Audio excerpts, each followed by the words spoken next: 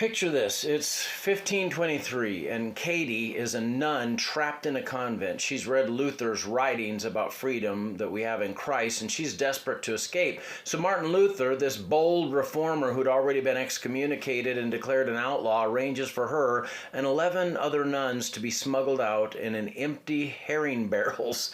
Can you imagine that? The smell alone would have been something fierce. Now Luther believed these women deserved a chance at marriage and family, and he said about playing matchmaker. One by one, he found husbands for all of them except Katie.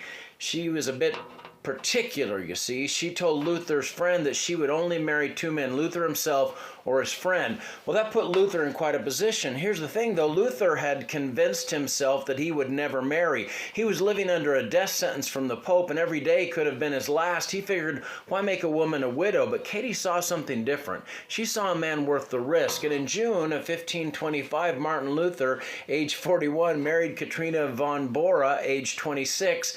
And you know what? It turned out to be one of the most beautiful marriages in Christian history. Luther, who once said he would never marry, wrote a friend, "I would not exchange Katie for France or for Venice." And he called her "my Lord Katie." He also called her "Katie, my rib," and he just loved her beyond measure.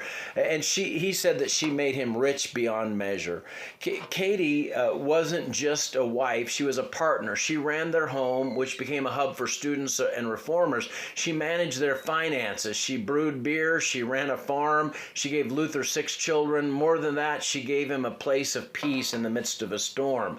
Love has a way of casting out fear. Luther was afraid of making Katie a widow, but love said the risk was worth it. Katie was afraid of leaving everything she knew, but love said freedom was worth it. Here's what I love most about their story. It wasn't perfect. They argued, they struggled, they faced poverty and danger together. But Luther said his marriage taught him more about God's love than all the theology books combined. At one point, Luther went through a severe depression, and he was in it for weeks. And Katie came downstairs one day dressed in black like a widow's garb. And he said to her, "Woman, who died?" And she said, "God did." And he said, "Don't say such foolish things." And she said, "Well, the way you're acting, I assumed he must have died." Is that the kind of how it went? And it broke him out of his depression. Anyway, history is just his story, Christ's story. And God writes the most beautiful love stories in the most unexpected places. Sometimes love means climbing into a herring barrel and trusting God with the outcome. Sometimes it means marrying someone when the whole world says it's foolish. God bless you. Have a happy Valentine's Day coming up this weekend.